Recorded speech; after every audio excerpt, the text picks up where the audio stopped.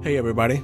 Today I wanted to have another chat about overpriced games. This is obviously a hot topic right now as many companies are preparing themselves to push their games up to $80 while some have already taken that step, such as Nintendo and Xbox with their first party games. One argument that I've seen so many times already, even from pretty big names on YouTube, is that we aren't mad at $80 to $90 video games, we're just mad that the games that are coming out are not offering the equivalent value to the price that they're asking, and that's the big issue with the price increases. Recently, I was even catching up with some Asmongold videos while I was playing some stuff on the side to gather footage for future videos, and I even heard this take from him on a video where he was responding to PirateSoftware. The original video is gone, but Asmon's reaction is still up. Yeah, I think he's right a lot about this stuff with like the games being expensive. I don't think that it's a problem that games are expensive. I think the big problem is the fact that games are not providing a value that people think that they should. I think that's the big issue. Whether a game is $3 or $5, $60 or $70, I think that the real reason why people get angry about it is the fact that the game quality is bad.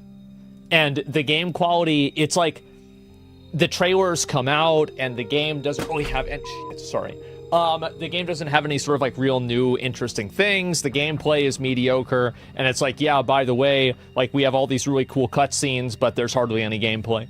So that's really the issue. $1 per enjoyment, right? There's no possible value for a $130 game for me. There's no possible value for a $130 game for me. Well, I'll tell you this, right? A lot of people that watch me have probably played WoW, right? Because I played WoW. I bet a lot of people that say that have spent over $130 collectively playing WoW. Again, it is not about the money. It's about the value proposition. I don't think it's a good and realistic way to rationalize the issue because the companies are never going to be honest with themselves and much less honest with us when it comes to valuing their games. It's just never going to happen. It would be pretty cool if they did. It would be a way for variable pricing, which is the thing that the big chief from Nintendo of America, Doug Bowser, mentioned about their games going forward. I made a whole video dedicated to the topic, so if you're interested, it'll be linked in the top comment. But in short, the idea of variable pricing is just a tool for them to increase that base price by pretending as if their games are worth that much through various bullshit parameters that are totally subjective, meaning that they can just make up whatever they want to justify it. They can be like, oh, our game is endlessly replayable, or they can be like, oh, our game is playable for like 500 hours, or our game features the latest in lighting technology, or a myriad of other crap that we already hear companies glaze themselves with. Like Ubisoft does this every single new release of theirs, and it's pretty clear that their games have been getting progressively worse. And as another example, do you guys remember when during the promotional material for Fallout 76, Todd Howard would just be saying that 16 times the detail thing, and then the game came out and nobody knew what the he was talking about? This is what they already do when there's a default set price for video games in the industry. Now you can imagine how much more they would dial this up if they knew that they could try and justify a higher price for their games with it. So sadly, variable pricing where each company judges the value of their games accordingly and sets a price that is actually fair as to the content that is in the game is totally nuts and out of the question, as is coming up with that price based off of how much money they spent making those games. We are going through one hell of a time where this industry is ripe with mismanagement, with the top studios blowing hundreds of millions of dollars making games that are just not worth that kind of money, with situations where you don't even see where the money could have gone. And sometimes it isn't even that the games are straight trash, it's just that the justification for that money isn't there. For example, Spider-Man's 2 budget was $315 million, and it had less content in it than the first Spider-Man game, had like half of that budget, if not less. Then the remaster of that first Spider-Man game, which honestly could not have amounted to much more than flicking a few graphics options for higher fidelity plus reflections, cost them around $39 million. This is just insane. I can't even say anything else here, it's just something so ridiculous. How can you spend so much money remastering a 2-year-old game? Where did that money really go? This game came out on PS4 in 2018, the remaster came out 2 years later. It's a 2-year difference. It looks better, yeah, but not by much. It's not a groundbreaking difference, and unlike other upgrades like for example Death Stranding's Director's Cut, it doesn't feature any new content either, and yet it costs as much as it takes other studios to make whole entire games. For reference, Kingdom Come Deliverance 2, the sequel, not even the first game, cost around $41 million to make. I believe this figure does not account for marketing, just for development, but even then, a whole new goddamn RPG filled with fresh new content and locations for just a bit more than it took Sony to get a 2-year-old game remastered. Borderlands 4 is also seemingly up in the $300 million range. According to a Jason Schreier report, Borderlands 3 plus all the DLCs cost around $140 million,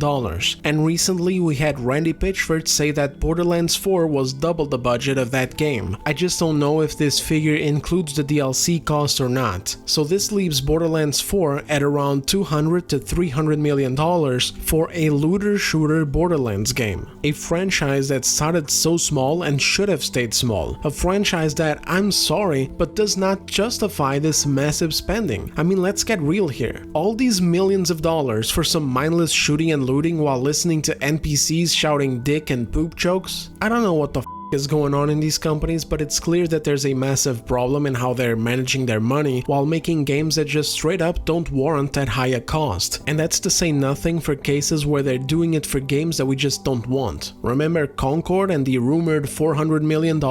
This industry is speedrunning bankruptcy. They want everything to be the next best game ever, so somehow they find ways of spending ludicrous amounts of money making these games and then marketing them as the next best thing, when sometimes they could just keep their spending and marketing lower and just make smarter games that bring in a decent amount of money instead of breaking bank trying to go for blockbuster returns with everything. I think Borderlands is a great example of this lunacy, and so was Concord. The hell was all that money for? All that hype nonsense of it having to become Sony's own Star Wars sort of property. Like, what the fuck are you talking about? You're starting a new IP with a live service shooter. You should have kept this thing on the down low. Limit your spending, keep your dreams in check, market it normally, release it, and see where it goes before treating this like the next Fortnite or some shit. Same with Borderlands. These people have already tried to make a movie, tried to make this mainstream. It's not going to happen. I don't know what else to say. It's not going to happen. Just give up. Just make a normal game. Make a good, decent, worthwhile looter shooter and people will come in and buy it. Limit your spending, don't be an idiot. You're not Star Wars, you're not GTA, you're just Borderlands. By this metric, these companies are never going to price their games accordingly through how much money they spent making these games, because they're spending money like there's no tomorrow. This would just end up in us being penalized for their mismanagement, which is what is already happening now to some extent, honestly. It would end up in us having to fund their incompetence and continue to feed their ludicrous spending habits.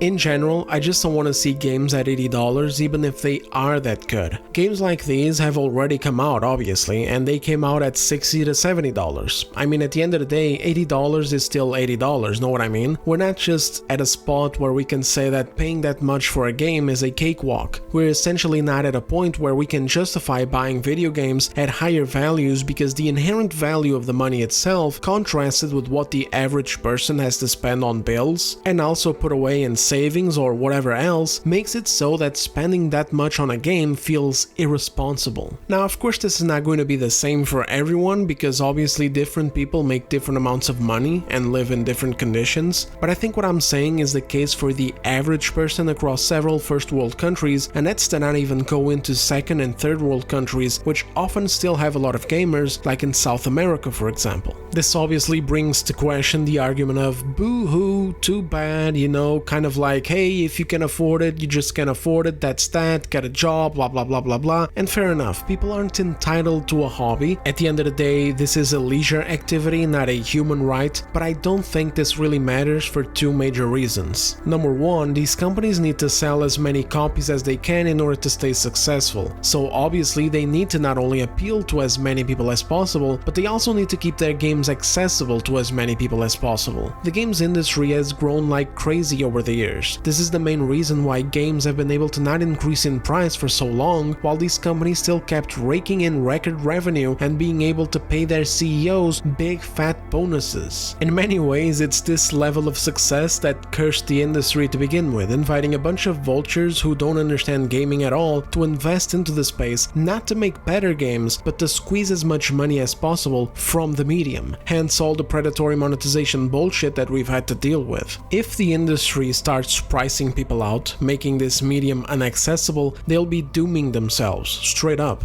No way around this at all, not just because they're losing tons of players across some countries in the world, but also losing many gamers in first world countries as well, who can't afford it either, or who can afford it, but are just never going to get past that psychological barrier that tells them, the fuck? $80, $90, $100 for a video game? In this economy? Motherfucker, I don't even own a house! Number 2, the base price has proven itself successful for years. This industry grew exponentially, not just in people playing, but in revenue too. And this is the kind of shit that makes me slap the shit out of any idiot that brings up inflation as a reason to increase game prices. 30 years ago, video games cost $80. That's like $150 right now. Like, yeah, sure, inflation has been such a massive issue in this industry that somehow, the longer it had been with these games at $60 for like over a decade, the more goddamn money these companies were making year after year. Inflation is such a massive problem that somehow the games industry eclipsed Hollywood. Give me a break. I would say things have only gotten worse the more and more these companies pushed, which is ironic and makes me feel no sympathy when they have to go through layoffs. The only sympathy I feel is when I only see developers getting fired while the higher-ups who made the stupid unpopular decisions remain in the company, ready to make another stupid-ass decision and tank their market cap some more, as we've seen with Ubisoft over and over. All these flops, all of these closures, did anybody ever think to, I don't know, go have a chat with Guillemot? Of course not. Why the fuck would they? What a ridiculous idea. Just think back some years. Everyone wanted to chase the elusive live service dream. Everyone wanted to have their own Call of Duty, their own Overwatch, their own Fortnite, their own GTA Online, and they all fucking failed. They failed majestically even, and they failed because of greed leading them to making ridiculously out-of-touch decisions, while the answers were, in some cases, staring at them right in the face. Like the Warner Brothers idiot who scores 22 million sales with Hogwarts Legacy and then thought that the next best idea was to turn that shit into a live service, because yeah, it went so well with Soy Squad Kill the Justice League, didn't it? Now surely he must have gotten fired from his position, right? What are you, fucking stupid? And the price hike to $70 has done its own fair share of damage too, because the further away you get from an accessible price, the more you increase the expectations for your games. And then when these games release and they're not up to those expectations,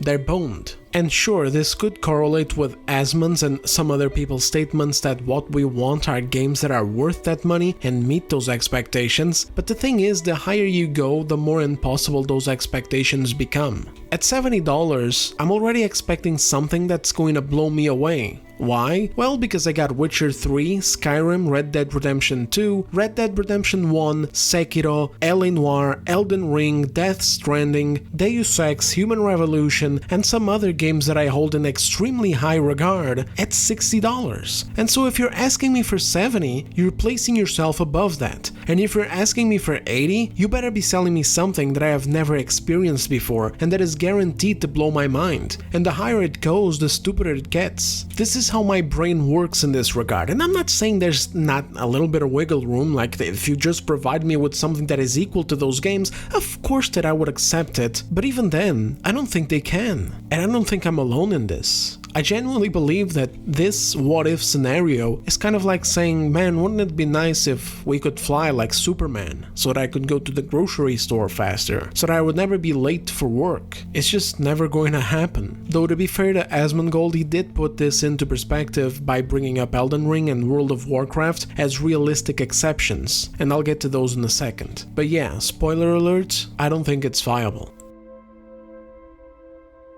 So to carry on with this line of thought for now, let's get a bit I mean a bit. What I mean is a lot. Let's get super hypothetical and assume that somehow these major publishers get their heads out of their asses and start releasing banger after banger after banger, each new video game they put out being genuinely great. I still don't think this pricing would be viable. Even if I was happy to pay $80 for a game at launch, which I just straight up don't see happening, I just don't think that this would work out because of the previous point about the value of $80 and that psychological barrier. I mean, sure, when a game is really good, some people can cut through that psychological barrier by justifying that it's worth the cash. That's how some people ended up being okay with spending money on DLCs and sometimes even microtransactions. Although this is a whole other matter and it's very complicated because, for example, when it came to loot boxes and other methods, it's not that people were justifying the value of an individual piece of content sold separately, it's more that they were being taken advantage of by these companies exploiting their gambling addictions. Whereas the DLC situation is just different. In the beginning, of course, it would be weird still because you'd be thinking to yourself, if an expansion to an RPG that adds several pieces of armor, weapons, quests, and playable areas costs like $20, how is it that a single armor set can cost me like $5, which is a quarter of that? But in the end, it just came down to breaking through that barrier with something along the lines of, well, it's a cool looking armor, I want it, and I can spare $5 or whatever, the same way that I can spare it for a burger menu or a fucking coffee. So sure, you could say that we can cut through that $80 psychological barrier if a game is really good, but $80 are still $80, and there's only so much that we can spend. I think these big studios would be cannibalizing themselves and each other with this. If the price of games is $60 max, and there's two bangers back to back that are really calling my name, I can actually see myself spending $120 in a short time span every once in a while, but at $80 with the value of both climbing up to $160, that's out of the question. So even if the games are really good, people are still going to end up having to be selective with their money, and these companies are going to end up losing sales in the middle of the competition and getting into big financial trouble, because another big problem is that the higher they price their games, the more money their investors are expecting in return.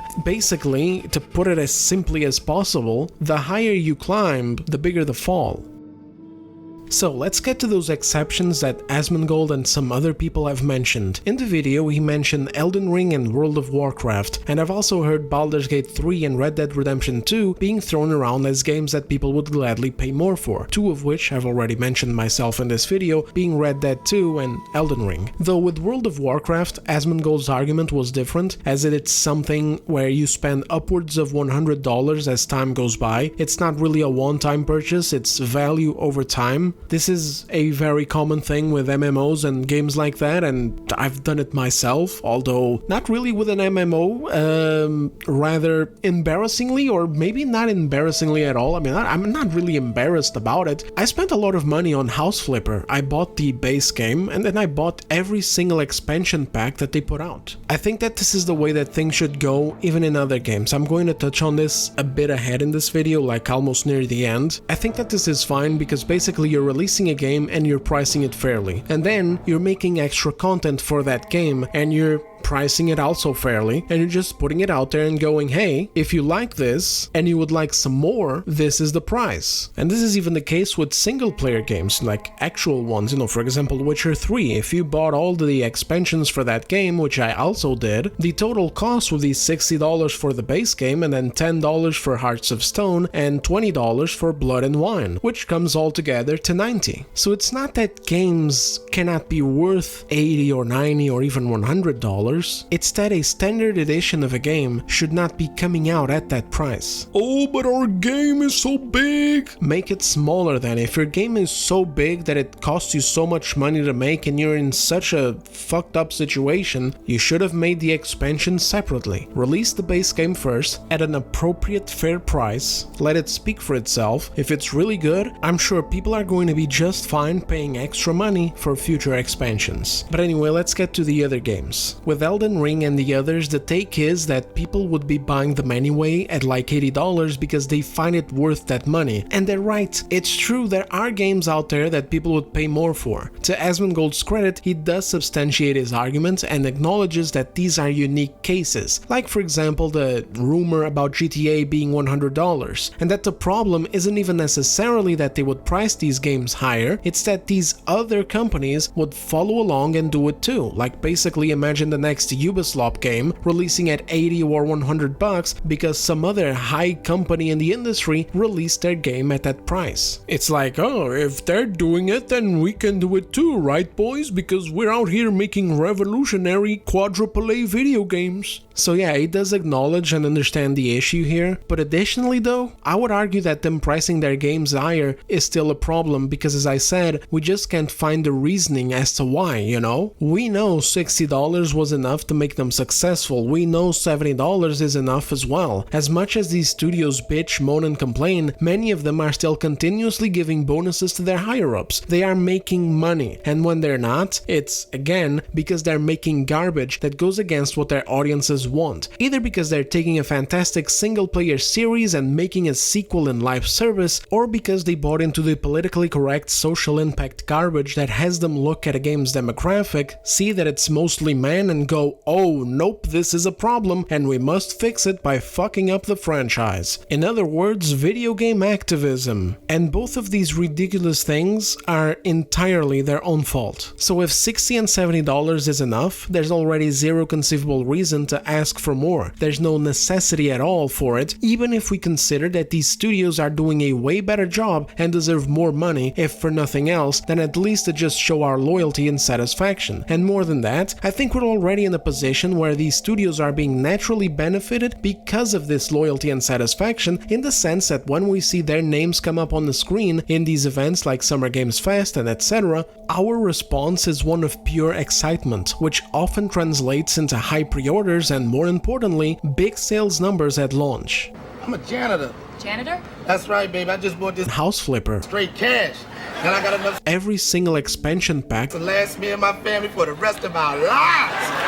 I'm rich, biatch! This is what happens when you've got a good track record. Good, consistent work bringing us bangers after bangers don't go unrewarded. And the opposite obviously gets negatively impacted, which is what happens whenever EA, 2K, Ubisoft, etc. come up on the screen, and the immediate reaction is one of distrust, and in some cases, even disgust, to a point of immediately scratching that game off of our minds. And this kind of brings up another argument as to why I don't like to reward good studios and good games by saying, oh hey, these guys should release their games at $80, it would be fine because they're worth it. It's that we kind of indirectly state that these other useless ass studios putting out garbage are just fine charging us those $60 and $70, even if we're not buying them because of believing that their value should be much lower than that. At the end of the day, the current premium price for a top video game is $70, so if a company makes a really good game, that should be the price, not one more cent than that. When your game is fairly priced at launch and is truly good that it sells like hotcakes, then all the revenue you will ever need to keep your studio going and making more games is right there already. The narrative of, oh, production costs and inflation and other bullshit are just that, bullshit. I mean, they're a reality of life and we all feel it, but if a company isn't paying their devs accordingly, paying more for a game is not going to change that. If a company is spending money irresponsibly in the making of their games, bloated to hell and back, with more staff and departments than they know what to do with, doing shit that has nothing to do with game development, resulting in wasting hundreds of millions of dollars on something that they could have fucking developed with like 80 million instead at most, then us paying more money for it isn't going to fix this issue either. If I feel like a game is so good that I want to further support the studio, then there it is again. I would rather advocate for them to make post-launch content where we can send a few more bucks their way, but saying that they're worth a higher admission price is just opening the doors to everyone doing it. And again, even if everyone somehow started making incredible bangers, it would still not be viable. Always remember that this industry counts their success by how much they're selling at launch, and never forget that even selling 3 million units of a game within a week,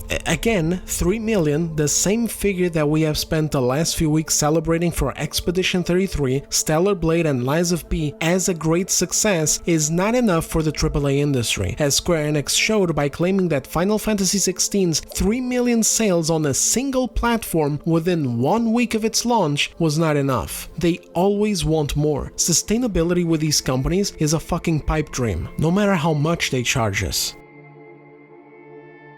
At the end of the day, that's just about it. There's no valid excuse that can be actually backed up by any data that suggests that $70 for a game isn't enough to pay for it and make a profit. In fact, it's the opposite. The more data you go over, the more evident it becomes that these big top studios and these big top publishers in the AAA space are filled with bloat and mismanaged to all hell. It's impossible to be making these ridiculous arguments when we have a studio like Warhorse come up with Kingdom Come Deliverance 2 in 2025 with like $41 million, and even more impossible for an independent studio like Sandfall Games to come up with a super passionate, lengthy, and AAA quality title like Clair Obscur Expedition 33 with a fraction of the workforce that these aforementioned companies are working with. And no, unlike what the games media says every time that cases like these happen, where they go, oh, this is impossible, it's untenable, it's a miracle situation, it cannot hope to be replicated. There's so much more. Stellar Blade, Lies of P, and Black Myth Wukong are more examples of straight-up unknown studios coming along and breaking into the AAA market with high-quality games that were clearly very appealing to people. And they did it without teams with hundreds upon hundreds of developers and gazillions of dollars in budget. There's an epidemic of irresponsible, unhinged, inconceivable spending in this fucking industry, and I refuse to be the one having to pay for it with price increases that make no goddamn sense. These people need to figure their shit out, fix their spending, cut out the fat in their studios, hire talent back into key positions, and foster that talent in these studios. Let them know each other and build team synergy with one another, instead of constantly cycling them in and out and doing mass layoffs even when the damn games make money just because, fuck, man, I don't even know, just because some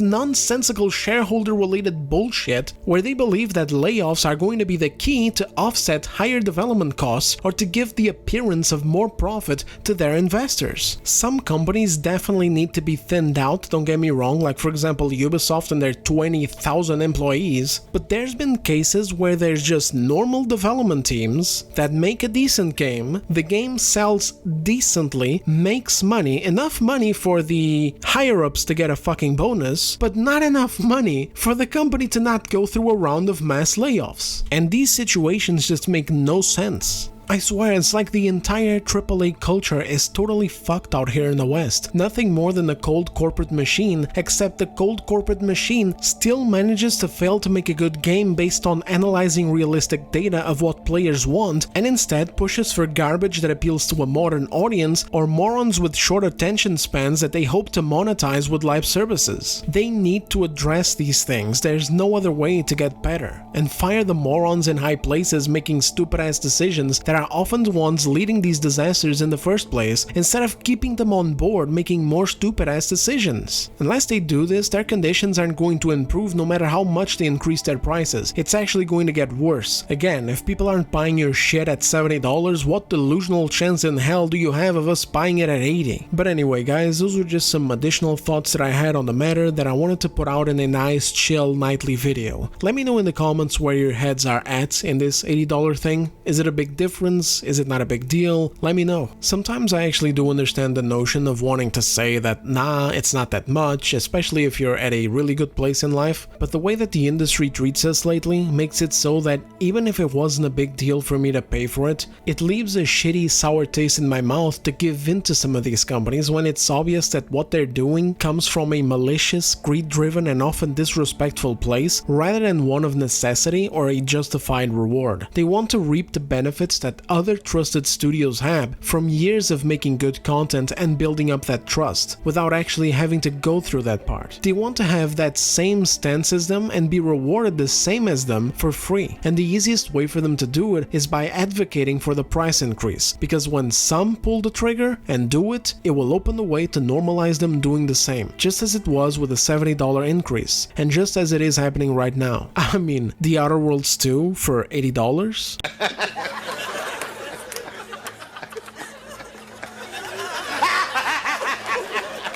Borderlands 4 was almost $80 as well? What are we, fucking stupid? But anyway, that's it from me on this one. If you enjoyed the video, a like would be much appreciated, and if you're new, why not subscribe? Thanks for watching, and I will see you guys on the next one. Take care.